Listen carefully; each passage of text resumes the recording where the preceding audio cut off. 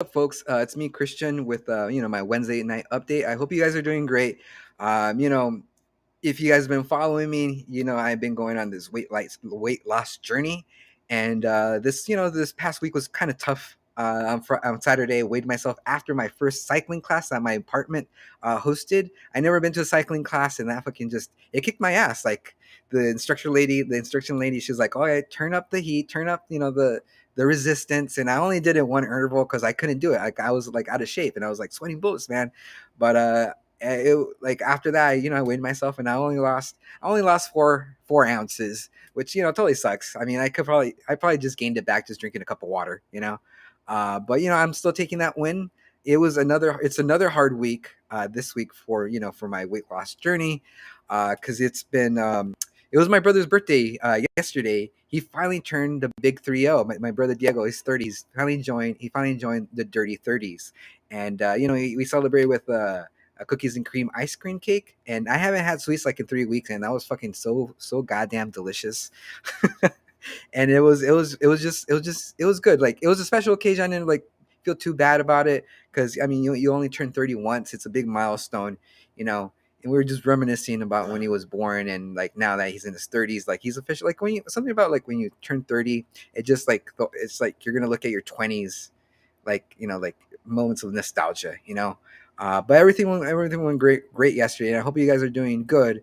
um with my work update, I mean, it's work is work. I work for corporate America, and just going through the motions, and I'm trying to stay out of trouble. But I do my work pretty good. You know what I mean?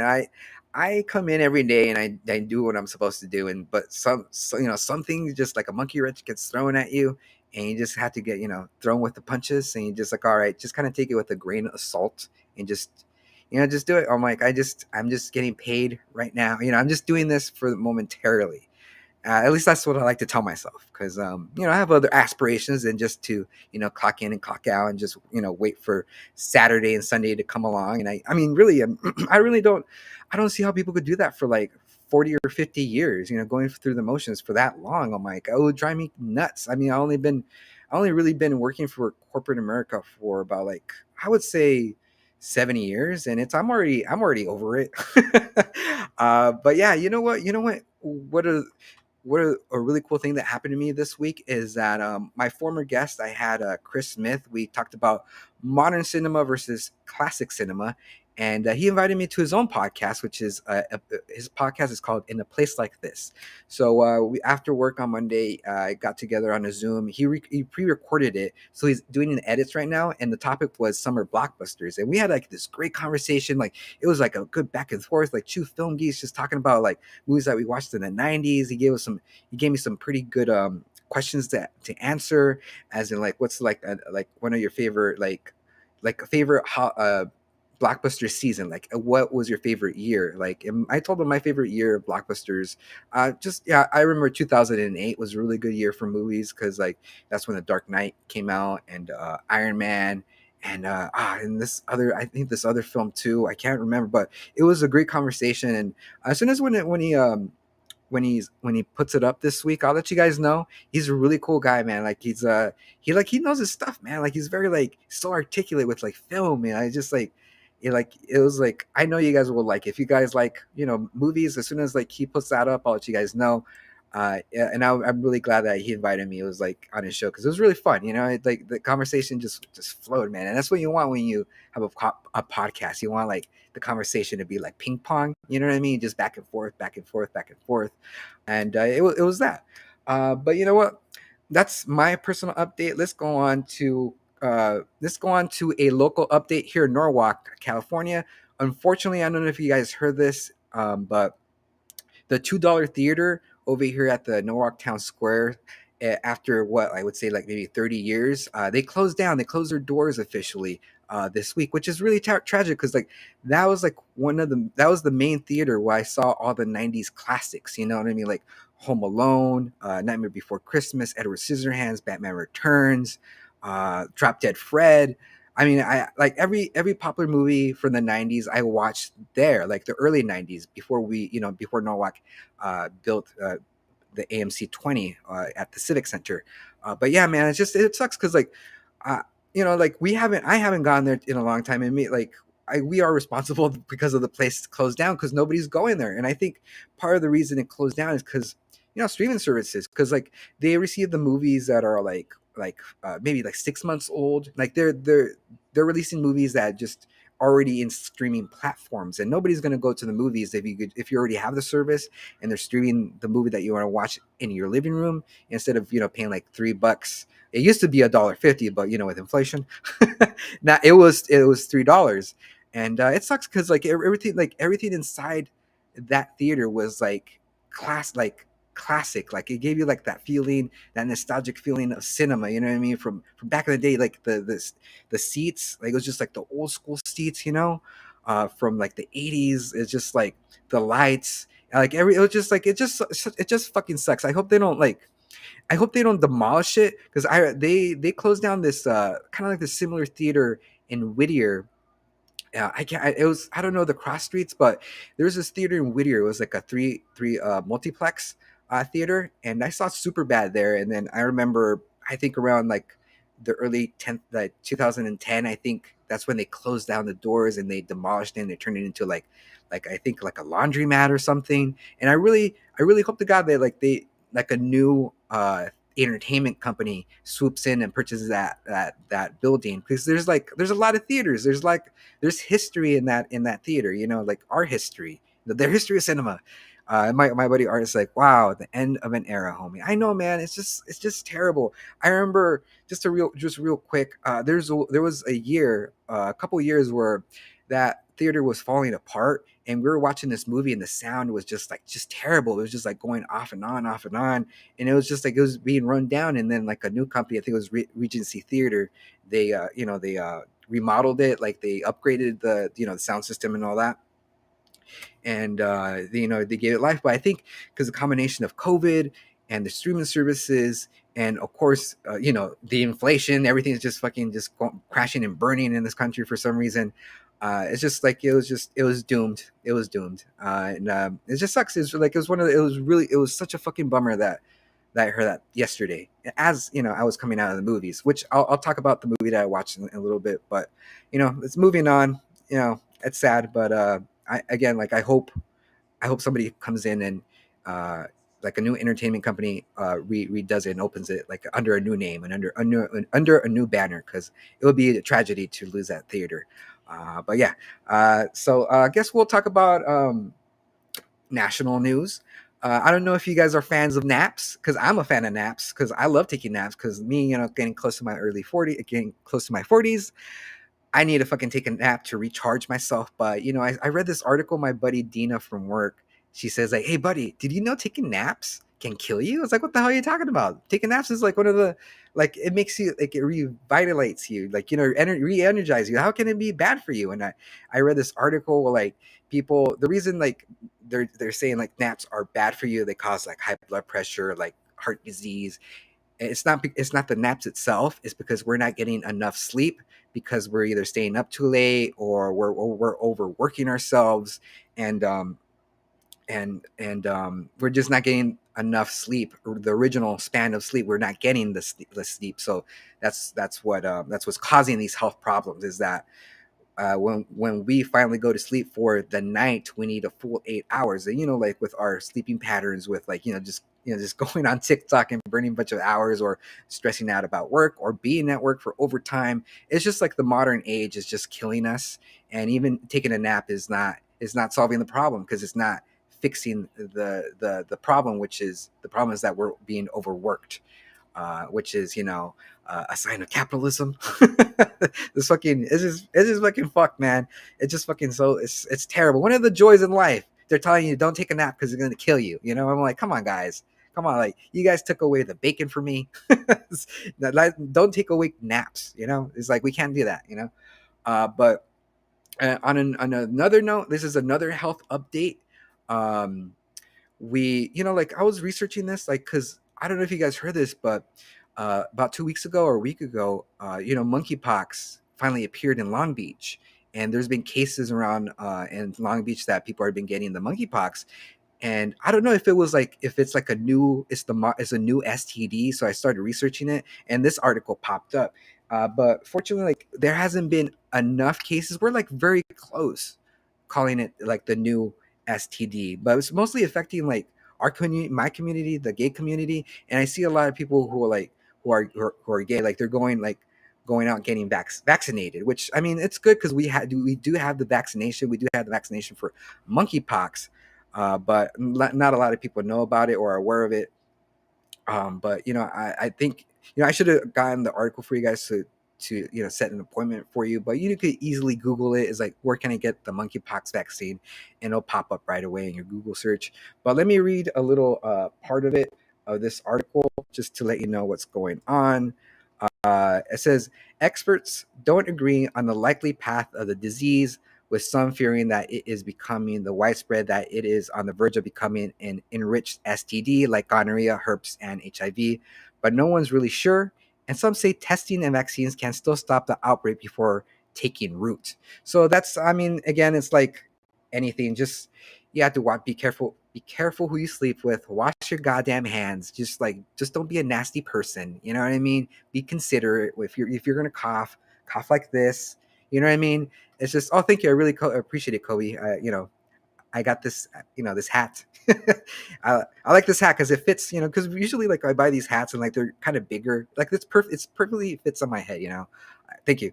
But yeah, it's just, I don't know. It's a lot of things to be kind of like worried about right now. It's like, it kind of feels like a state of anxiety. But I think you guys just need to be careful. You could prevent yourself from getting the monkeypox as long as you get yourself vaccinated. Just wash your hands and just you know don't stick things where it's not supposed to go. But yeah, what's hypocritical is the GOP. I don't know if you guys heard about this fucking Pennsylvania representative, but this GOP guy, he voted against this gay bill, and 3 days later he went to his gay son's wedding, and it's just like it's the party of hypocrisy. You know what I mean? It's like I'm gonna vote against human rights, and here I am 3 days later going to my son's wedding and probably giving a lovely speech. And I mean, like you must have to think about like the eye rolls, like the whispers that were given about him during when he went to the wedding. But let me give you like a little paragraph. I'm going to read this about this senator, but this representative Glenn Thompson. Congressman and Mrs. Thompson were thrilled to attend and celebrate their son's marriage on Friday night as he began his new chapter in his life. Madison Stone, a spokesman for Thompson, said in the statement, "The Thompsons are very happy to welcome their new son in law into their family, but not really because we are a party of evil." um, I mean, I still don't get it. I mean, I said it before, is that I get the Republican Party. It's like small government, personal responsibility, fiscal responsibility. I totally get it. I totally fucking get it. But they're telling you how to live your life, what to do with your body, who to worship, and who to love. Oh my, doesn't that seem like authoritarian? And they're calling the liberals, the Democratic Party authority. I can't pronounce. I'm so outraged. Yeah, they're calling that party authoritarians, which is kind of dumb. I mean, it's just so frustrating. Like both parties are just like it's like they're just bickering at each other, but one party is striking down rights and laws and doing making the minority lives harder. I mean, life is already hard. Why are they making our lives more harder than what's supposed to be? For God's sakes, it's the year 2022. We should be over this. We should be battling new battles, like finding like looking for the cure for cancer, going to space, doing things that actually matter instead of like who you sleep with. It's fucking dumb. That's all I'm saying. It's fucking dumb, and this proves the hypocrisy that's going on in this country. And it's just terrible, man. I mean, what can you do? What can you do? I mean, you could. I mean, well, you can do a thing. You could vote. I mean, that's the only thing you could do. Is just like that's a good form of protest is by voting. Don't sleep on it, guys, because the midterms, they're coming in November, which is it's November 8th, which is my birthday. It's like, fuck, man. Like when Trump got elected, it was on my birthday. It was a pretty shitty birthday. I remember I was in compadres, and we were watching like the elections live, and I was like eating my fucking tacos, kind of stressing. It's like, what the fuck's going on? And here we are, like what, like how long has it been? Like 7 years later, and like the repercussions of everything that's happened is just like it just fucking sucks. It just fucking sucks. But you know what? Let's move on. On the next story I'm going to share with you guys is a local story about, well, the LA Bridge, man. They closed it down this week because this people are just fucking ghetto. They just can't. We can't have nice things here in LA. You know what I mean? It's a $500 million bridge. There, things that have been going around. I mean, just our culture, like street racing, graffiti, people taking selfie photos, going on the arches and acting like fools. So they're closing it down. They're gonna add, speed bumps, so there won't be any car races. And it sucks. I haven't been there because I avoid going to the fucking city because it's like a fucking nightmare. It's just I cannot. I avoid everything to do with going down to downtown unless I absolutely have to. Something about going, just sitting in traffic bumper to bumper, it just drives me nuts. But anyways, I digress. Yeah, it's just we just can't have nice things for some reason because like as soon as something nice like we get something nice in LA, we just start fucking it up. I don't know if it's just our culture or maybe just our country in general.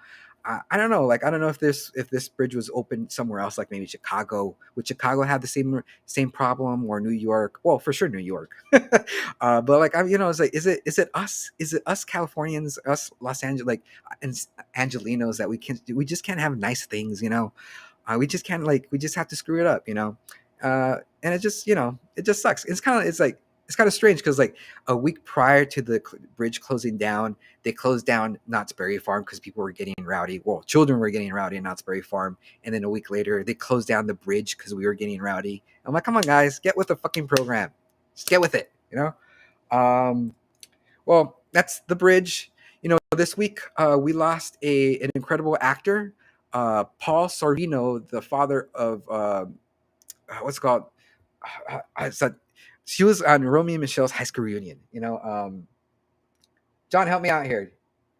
He's not here, but yeah. Anyways, I can't remember his daughter's name, but Paul Sorvino, he was in Goodfellas. He played a lot of iconic characters. He was like a hard ass and he had a heart, like a soft heart, and he just died of natural causes.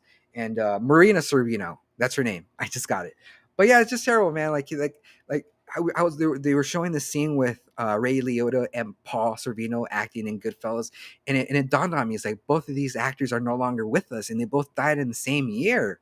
Oh my damn, they're killing off all the Gambinos. You know what I mean? It's just terrible.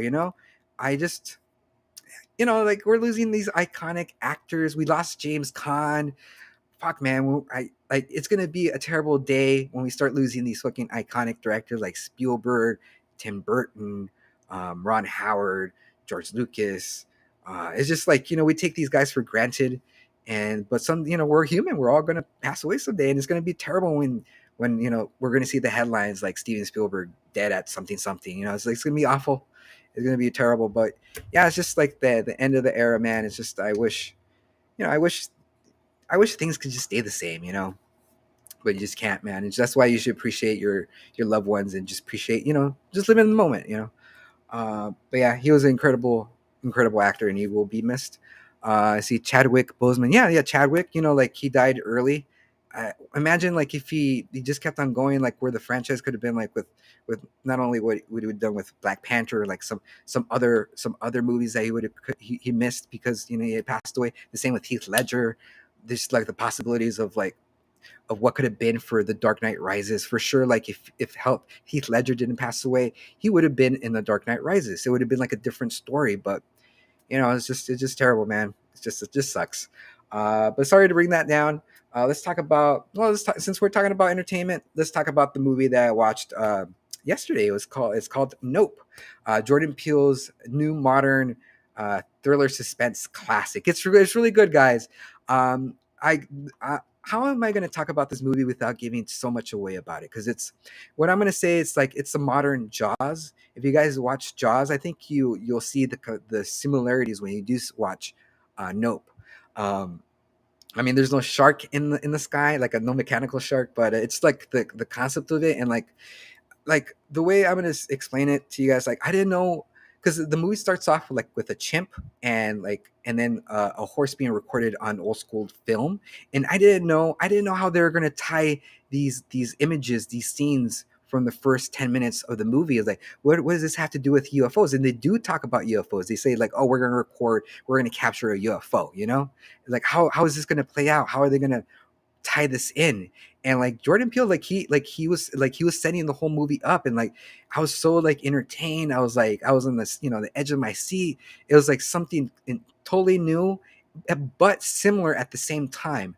um what I also liked about this movie is not only because of the writing and like the direction, but like this takes place in a ranch, and the minorities, they own the ranch, like uh, the African Americans, and like the guy from I'm spacing out on his name, but he was from The Walking Dead. He played I think Andrew, like and The Walking Dead.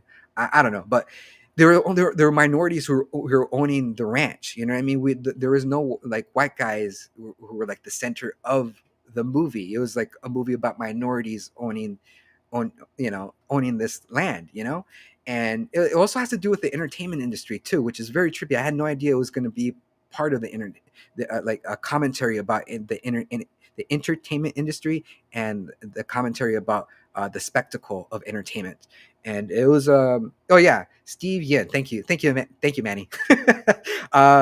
But yeah, it's just like, I think if you guys like Jaws, and if you guys like Jordan Peele's past work, and if you guys like suspense and thrills, and there was some gory stuff in this movie, like it's like horror imagery. If you like that stuff, I think you'll like it. I did meet somebody over the weekend who didn't like this movie. Nope, she didn't like it at all. But however, her boyfriend, he loved it, and that he made the comparison about the movie being like Jaws. And when I was watching the movie, I totally agree. It was just like Jaws. Um, but so, what's your favorite movie? My favorite movie, man, that's kind of really hard to say because like I like a lot of movies. I guess what I could say, not to be like too much of a cop out, but I like movies that don't follow like a traditional like outline, as in like, this is our good guy. He's not get he wants that girl. He wants the girl, and that's the villain. Like he's gonna get the girl. He's gonna defeat the villain, and he's gonna learn a life lesson. Problem solved. You know what I mean? Everything's good. You know what I mean? But I like movies that are like kind of like The Dark Knight, where like the hero, our hero, the Dark Knight, turned out to be the bad guy because they needed like a scapegoat, like the fall guy, and they blew up this girlfriend. You know what I mean? Like you just didn't see where it was going. Like with nope, I didn't know where it was going. I guess American Beauty was one of my favorite movies too. Like the same with like The Sixth Sense, that had like the same kind, like the kind of plot that I'm describing is like I just didn't know where it was going to go, and it just, those stories just blew me away. Yeah, mine, because mine is Star Wars. I mean, Star Wars is good, like because like it talks about like good and evil, the light and the dark, and just like stories about like the succession, and the father and the son. It's like the Star Wars is like classic storytelling in the sense like fables. You know what I mean? Stories that are going to be passed down to our children's children. It's just like that's why I like Star Wars, and like it's like because like like Star Wars has these toxic fan bases, and they get all like their panties in the bunch because like the series didn't go the way they wanted it to go. But you know what? It's what we have, and that's how it is. But I do say like talking about Star Wars, I did finish like the Ben Kenobi series. It was okay. Like I liked the last 2 hours of the series. The series was okay. But that final scene with Darth Vader and Ben, fucking great, dude. This is fucking great. But yeah, well, let's see what else. Anything else I have coming up? But yeah, like before I go, we're having a new podcast this week. I'm going to talk to Scott Moreno. He's a comic book artist. He is a writer, and he's also an acclaimed filmmaker. So he's coming back from Comic Con. Comic Con happened this weekend, and I'm gonna pick his brain about like just being like a writer, like how what's his inspiration of creating content, like what it was like going to Comic Con again with finally, like, I think this is the second year of Comic Con coming back because of COVID, and it's going to be a great conversation. He's also like one of the original writers of the Biodome movie, which stars Pauly Shore and Stephen Baldwin. That classic movie from the '90s. But yeah, it's going to be a great conversation. I'll give you guys more details, but it's going to happen this week, and it's going to be a really good conversation, guys. And also, if you guys haven't already, please follow us on Facebook, YouTube, and Spotify. And it's like it won't take too long. You just just click those buttons. You're already watching me on your phone. Just do it. It's pretty easy, and yeah, it will help us grow our community. I'll get my face out there, and yeah, it'll make our show more visible in these platforms. But you know what, guys, I really appreciate you guys commenting. Kobe, thank you, Kobe, for commenting, and thank you, Art, for commenting. I'll see you guys next time. No, that's our show, and I'll see you guys soon. Okay, enjoy your night. Bye bye.